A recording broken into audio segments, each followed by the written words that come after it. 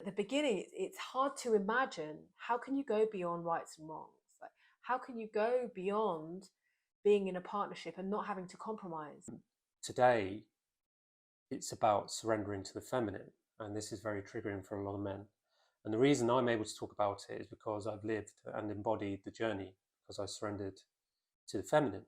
I listened deeply, and even when I didn't understand, I sat there and I listened and I asked questions.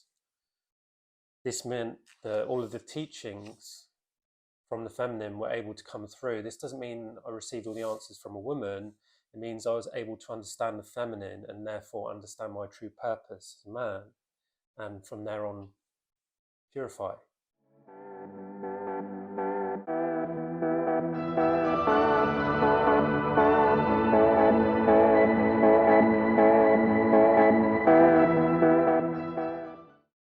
Hello and welcome to Prophecy Walkers. Today, as promised, we are doing a video on surrendering to the feminine and opening to the masculine. Before we met, we'd each been working many years already on our own part of our journey, and then very intensely for almost the last 3 years, specifically around the subject. So to be able to deliver it all in one message is pretty much impossible. Our example of how we're unpacking things and how we talk together, that in itself is a demonstration of, and will be a demonstration of, the surrender to the feminine essence in itself, as well as unpacking and discovering the differences between men and women. Yeah. I think one of the key things that I've noticed already just by the beginning of our channel and what we've been opening to is that we're starting to, because we've like edged into and cracked open all of these subjects between us, now we're doing it with, to reach out to a wider audience. There's going to be a lot of triggers, there's going to be a lot of opinions, and well, that's one thing that we'll get onto, is about the vibration of opinions.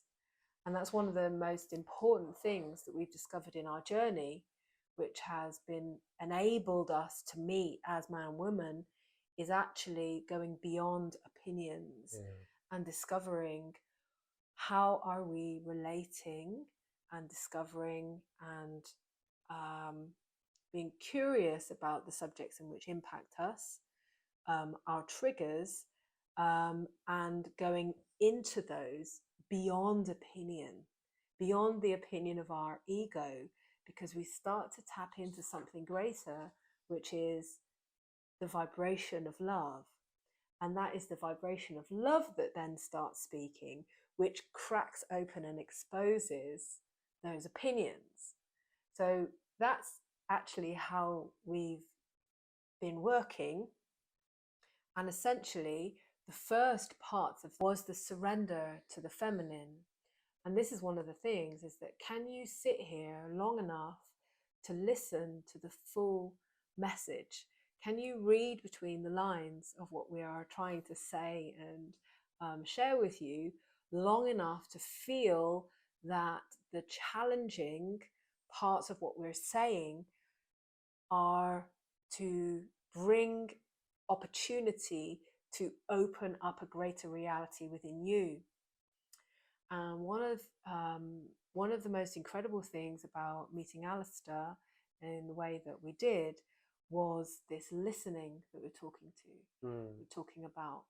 When we met, we bounced our truths between each other, and from that of the masculine energy in union with the feminine energy. And we found truths and answers that we didn't even dream were possible. And we began to understand we were mirrors of each other, reflecting back to each other that which we couldn't see in ourselves. So there would be times where I would say to Hazel, like, you're not listening to me. And that would reflect back that it was actually I wasn't listening. And it was projections and judgments and deflections, things like this, that were being reflected back to each of us, so that we could see what needed to be clear in us that we were projecting on the masculine or projection on the feminine. And so Hazel is my mirror, and I'm Hazel's mirror, which means we can bounce things off each other. And then when we see in the other what we can't see in ourselves, we can take ownership of that and purify that. Taking responsibility for it, that's the main purpose. When you take responsibility for it, then you can allow it to die, because it's part of the ego. So now, because man and woman are not aware that they are mirrors of each other, that displays and exposes their own distortions. So we enter into arguments, fighting, and miscommunication is what causes the war in society and all these distortions and so much more, especially narcissism. So when a narcissistic man, for example, says to his partner, stop putting weight on, I don't like it. Why do you think the woman puts weight on in the first place? It's an unconscious protection mechanism, because women hold that deep spiritual sacred power. And what better way to protect that power than to make herself look unattractive in the eyes of her abuser?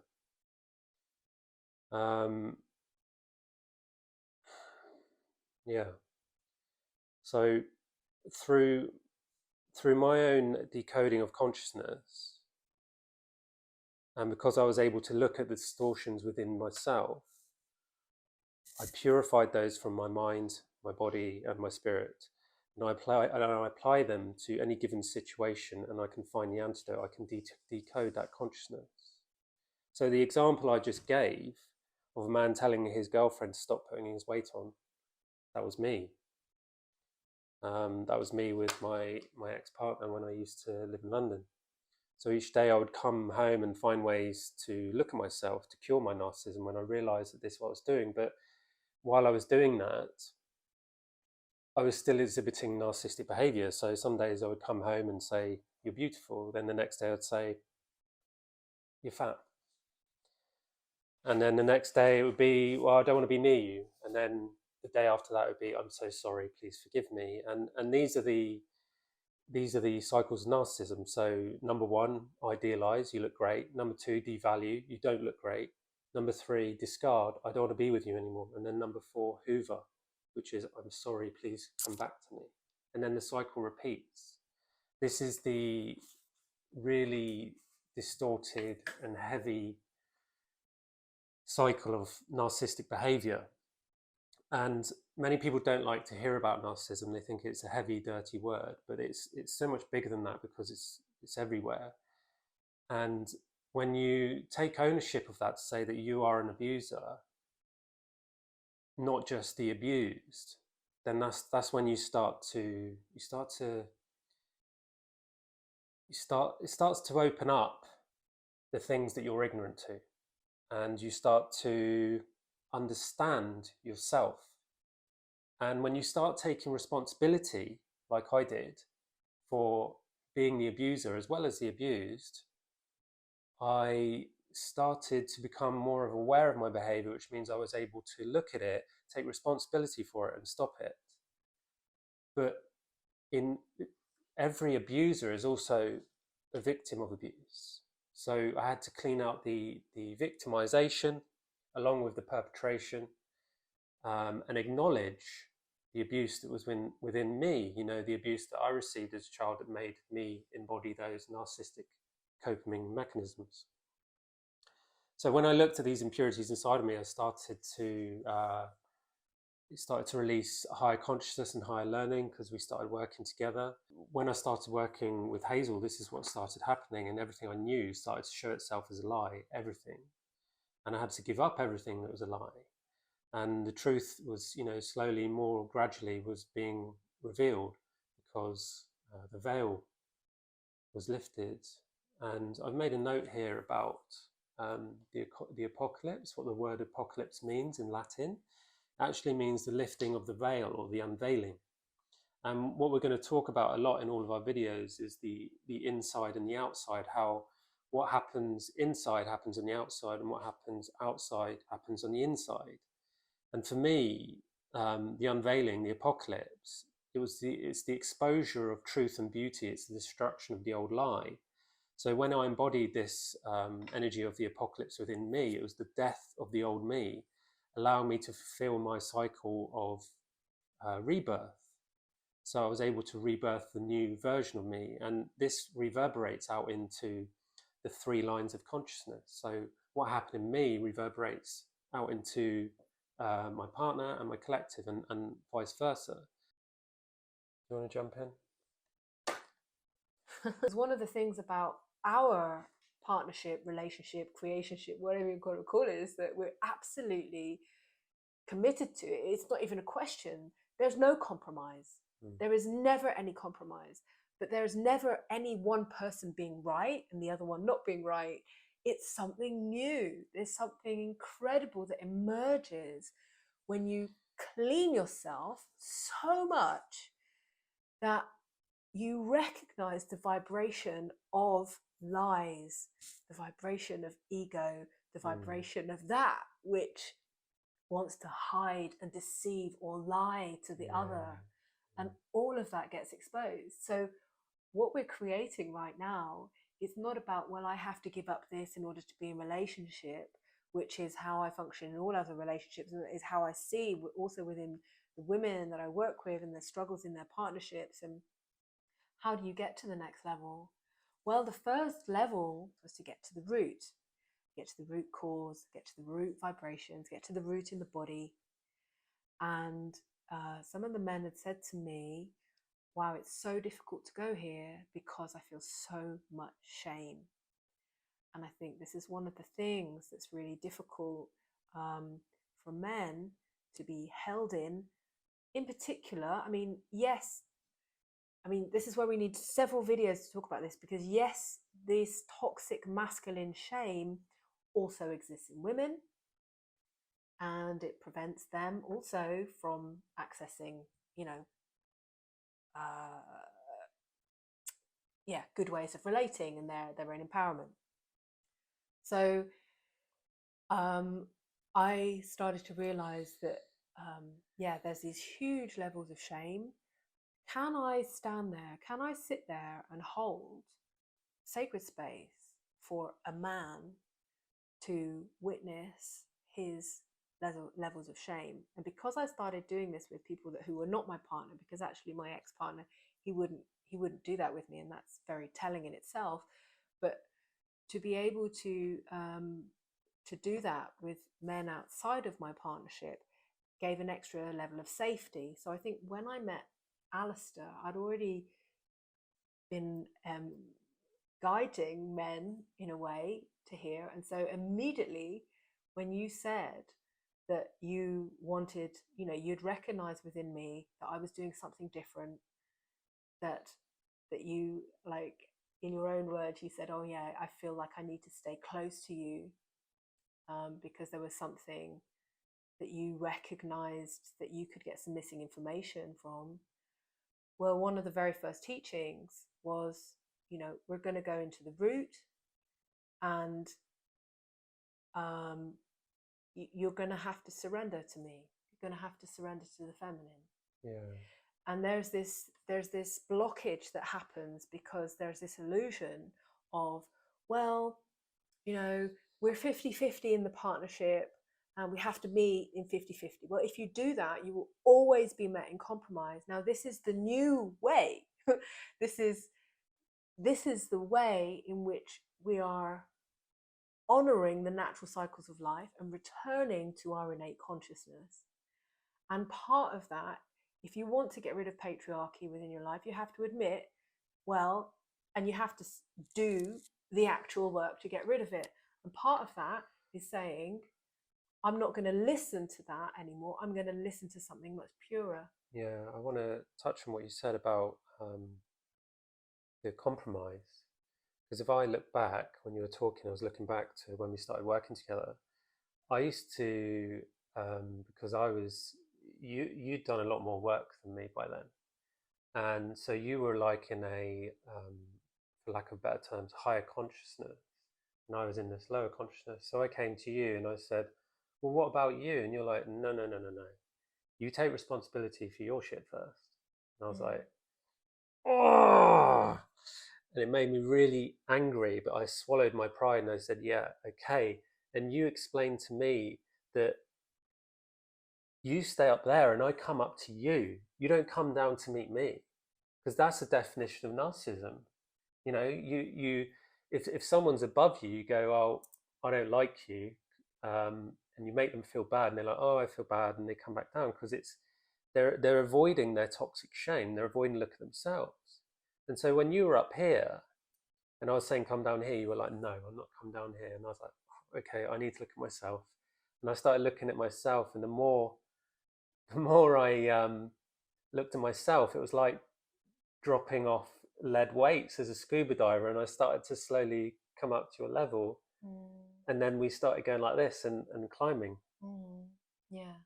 And I suppose that the analogy of sort of life saving in a way, like in the middle of the ocean, you know, when they talk about saving somebody, if somebody's struggling when you go to save them in the water, if they continue struggling, they're going to bring you down, and both of you are going to drown. So that's exactly the same thing, because here we're talking about emotions, we're talking about, and the first steps for the masculine, which is so key. And I discovered this when I was doing ceremonial work in 2019, 2020. And actually, nobody would believe me in the arenas in which I was doing that in at the time, because it was very much, oh yeah, the masculine energy is fire, the feminine energy is water. Okay, to some extent that is true, but how do we get to the next level of being able to correct what has gone on wrong, purify, etc.? And I realized, wow, the way in for the men is into the water. You have to dive in to the water. And this is one of the things, is that the surrender to the feminine. Man has to jump into the water and dive in deep. Leave the fact that he thinks that he is the owner of fire, and get, you know, humble and go, wow, okay, I want the pearls that are at the bottom of the ocean, but I'm not willing to dive in there deep. You go and get them. Well, no, you want to come in, you have to dive in deep. And what does that mean? It means accepting that you have to go in and feel everything. You have to feel the deepest shames. So I love that you brought this up, because I completely forgot about this. It's so important, because the water represents emotions, right? And fire represents power and creativity. And so you're leaving your fire behind, but really you're not. You're going to reclaim your fire by jumping into your emotions, right? But it's really scary going into the deep of the ocean, you know, especially when you have a deep fear of deep waters, like I do. And I've actually spoken to men who get it when you say, you know, you go to these men's groups and they're like, oh, I'm a man, I've got fire. Oh, it's not like that at all. You go to the bottom of the ocean, you look at all your stuff, and you're completely humbled by what you find there. And then you come back and you go to the fire in reverence, and you're like, fire, my friend, my deep forgotten friend. I'm so beside myself in shame for the way I've treated you. This is how a man should hold his flame. You don't claim, you don't just grab fire. When you do that, you get burned. And this is why men destroy, because they don't know how to control their fire, and it just consumes everything. Yeah, and that's why they need to give up that fire, because there's that destructive fire, which is power over. It's, oh, I've claimed all this power and it's mine. Do you know, I've just got the message, right? It's the reforging of the sword. Yeah. Because you're swimming into the ocean to find your blue flame, essentially, which is the hottest flame, the brightest flame. And then you come back up and you come to your sword and you start reforging, putting your sword into the fire and then in water. And that's the alchemy of purity. You're alchemizing. This is what I've done. This is what we do.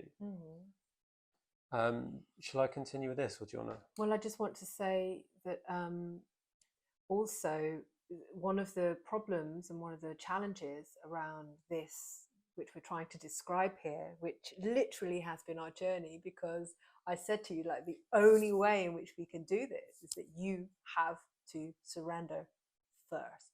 Like, you have to bow to the feminine. And I know this is so controversial and this is such an issue, right? Why is it such an issue? Because there, to my judgment or opinion or whatever it is, there's not a lot of women out there who are able to hold space for that man to dive deep into his emotions without her. We go back to the analogy of saving each other in the water, without her grabbing onto the drowning man who needs to drown, or he needs to go down to the bottom of the ocean, without grabbing onto him, and they both drown and they both go down. So this is where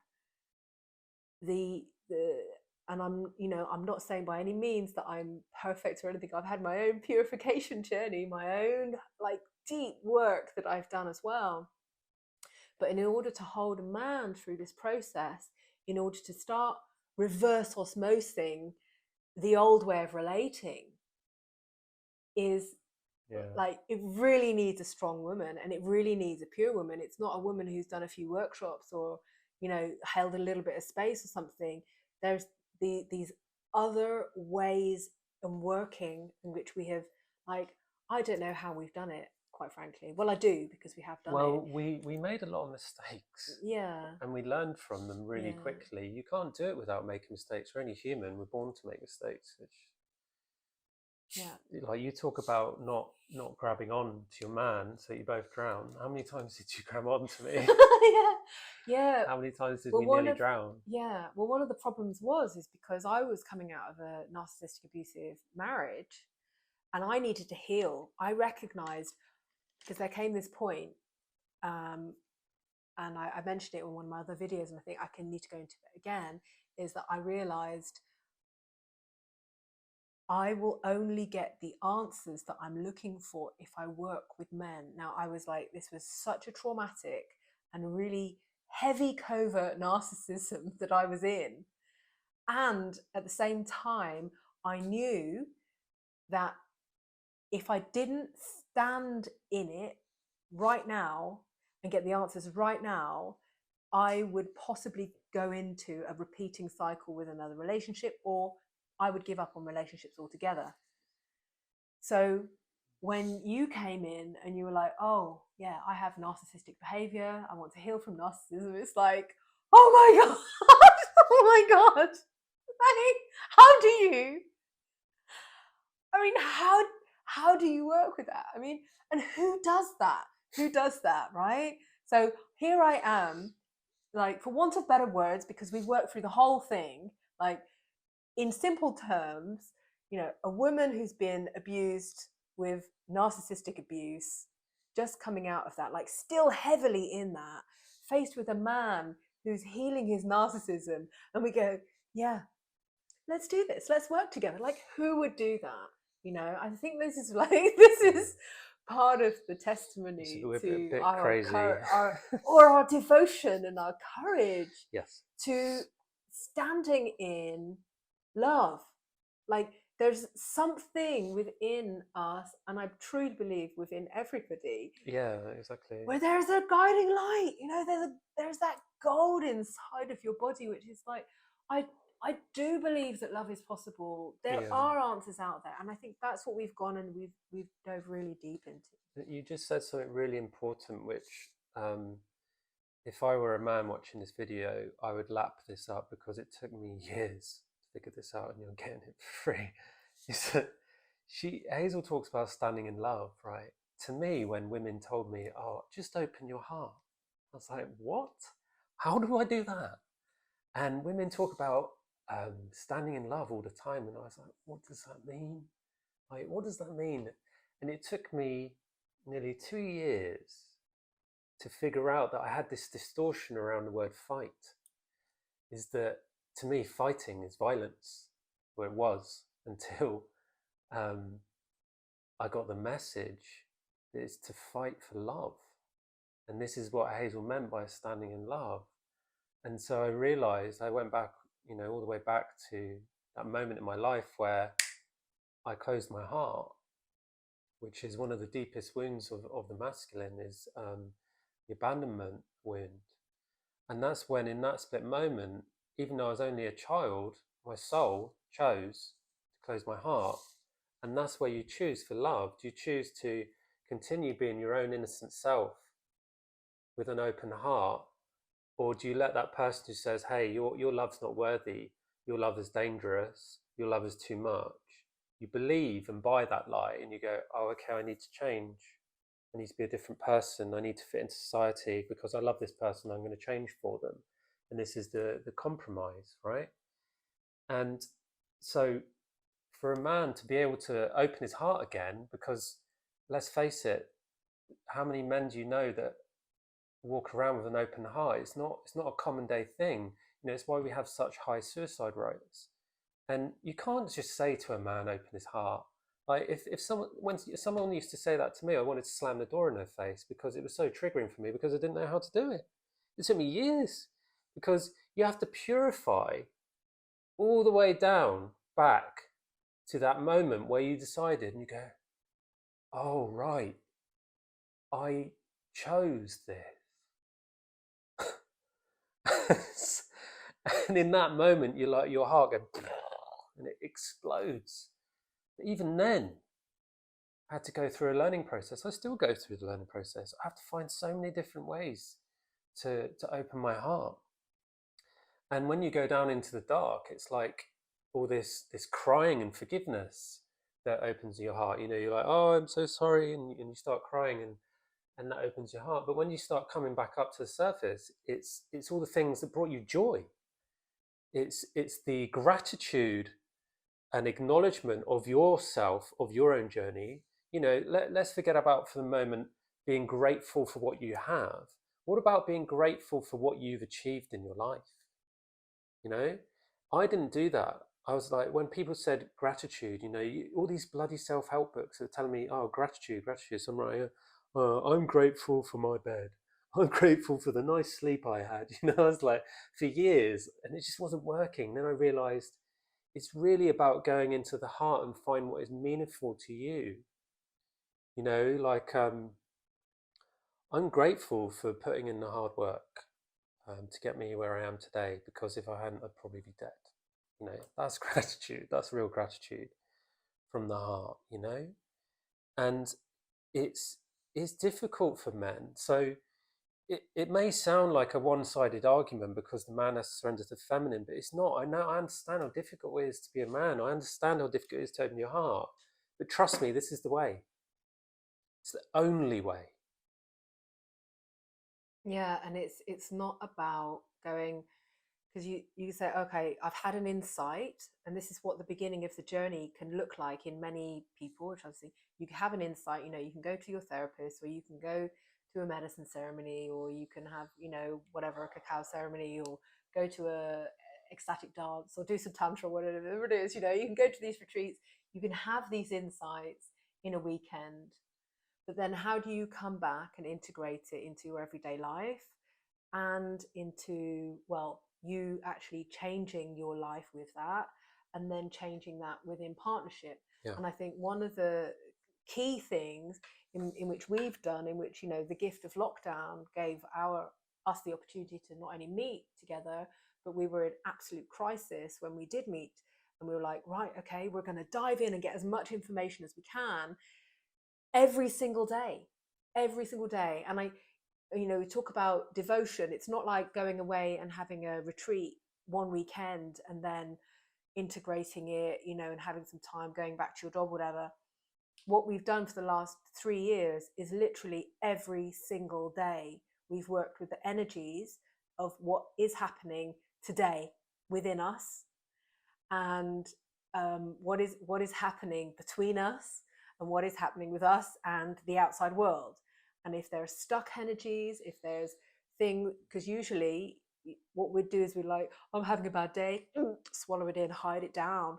And what we devoted ourselves to, which was again an essence of surrendering to the feminine, is even within myself, I'm going to surrender to the greater feminine within me, because I also want to feel everything. I want to go deep. I want to allow myself to let go of the distortions of the masculine within me, so that I can come out more woman as well. Because when I come out more woman and I surrender to the feminine within me, I can meet you more greatly as a woman as well. And this is because this video is called Surrendering to the Feminine, Opening to the Masculine.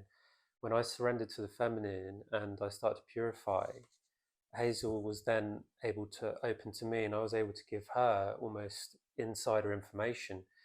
Because if you look at my journey, you know, I lost who I was. I had no idea what life was about. I'd lost my purpose. I fell from job to job. I went to university. I didn't even know why I was there.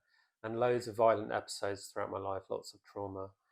And I bought the lies, like I joined the club of toxic masculinity. And I started to share all these insider judgments and projections from men and women to Hazel. And it would trigger something in Hazel, which she would then be allowed to release, because these triggers of toxic masculinity, there's also triggers of toxic femininity. And that's how we started to unlock each other, because the deep-rooted toxicities within the masculine energy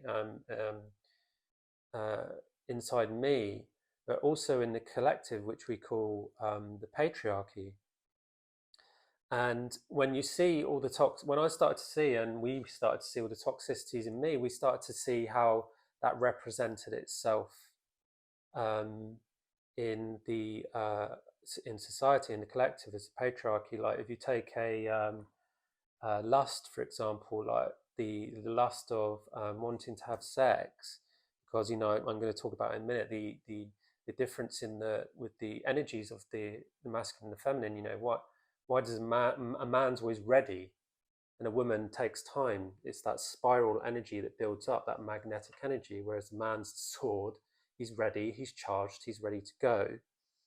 And you can see how these distortions of the, what did I say, last? Of lust, like you can see how it's shown in the collective as porn, right? That's not about love. How's that about love? And it's these distortions, especially around sex. There's so many around sex, like when you truly talk about, like in my last video, in one of my last videos, I said destruction is sexy, and it's that sexual energy. There's an energy of destruction in the distortion of man, which is attached to destruction. Like when I was a little kid, I used to love animals. I used to love insects. I used to let them crawl all over me. And then my whole life changed one day, really traumatic episode, and I started squashing insects and animals, and I got joy out of that. It was really screwed up, distortions like that. And I've had to clean that. I've had to go through and see that damage that I did to myself and to that outside of me. And it tore me apart, to have to go through. Even now, it hurts me to know that I did that.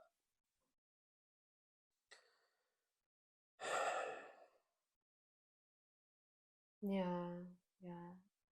And this is the level of feeling shame that we're talking about. Yeah. Is daring to go there and daring to feel it. Yeah. And this is the other quality of a strong woman doing her work, that she can sit there and hold you and not put shame on top of that shame because of her own impurities and attachments. Because what is so important is to meet you in love on the other side. Yeah. That you're able to feel this, you're able to dive deep, you're able to resurface and to be met in the light of love again. And this is something so profound that I think this is why there's this myth out there that people cannot heal from narcissism. And I started to see this, is that The reason why men stay in their power hold, that patriarchy stays in the power hold, is because if you were to get completely honest about it, nobody dares go down, admit their shame, sit there, stand there, be witnessed in the shame.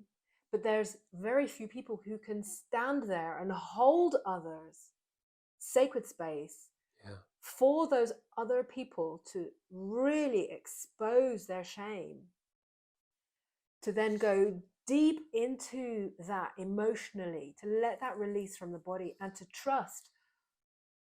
Because there's this thing, you know, it's like, if I admit who I truly am, if I admit all of these faults about me, nobody will like me, I will be abandoned. Yeah. But what happens if you break all of that illusions, and then, like you know, you were able to meet all these places of shame and come out the other side into the arms of the sacred feminine, of the pure feminine essence, just like Mother Earth, who's there again saying, and I still love you. I still love you. You know, I do not condone that behavior. Now it's up to you to integrate it fully, live it, embody it, integrate it. Yeah. Because there's no forgiving unless you forgive yourself. But I will be on the other side and I will hold you in the arms of love. And that is the healing key. But there's one thing you missed out. Before you come into the arms of the feminine, you must come into the arms of yourself first. And that is profound. Because how many times, you know, how many times have you been told, you asked the question, do you love yourself? And you automatically say yes. But when I was asked that question, I was like, I don't know. And it wasn't until I had this profound realization of how hard I was being on myself because of the amount of shame I was feeling. And I came to meet myself, and I felt this enormous comfort. I can't put it into words. It's a feeling of, I'm here. And that was the self-love that I found. And only then could I come into the arms of the feminine and go, I'm here now. And that's really profound.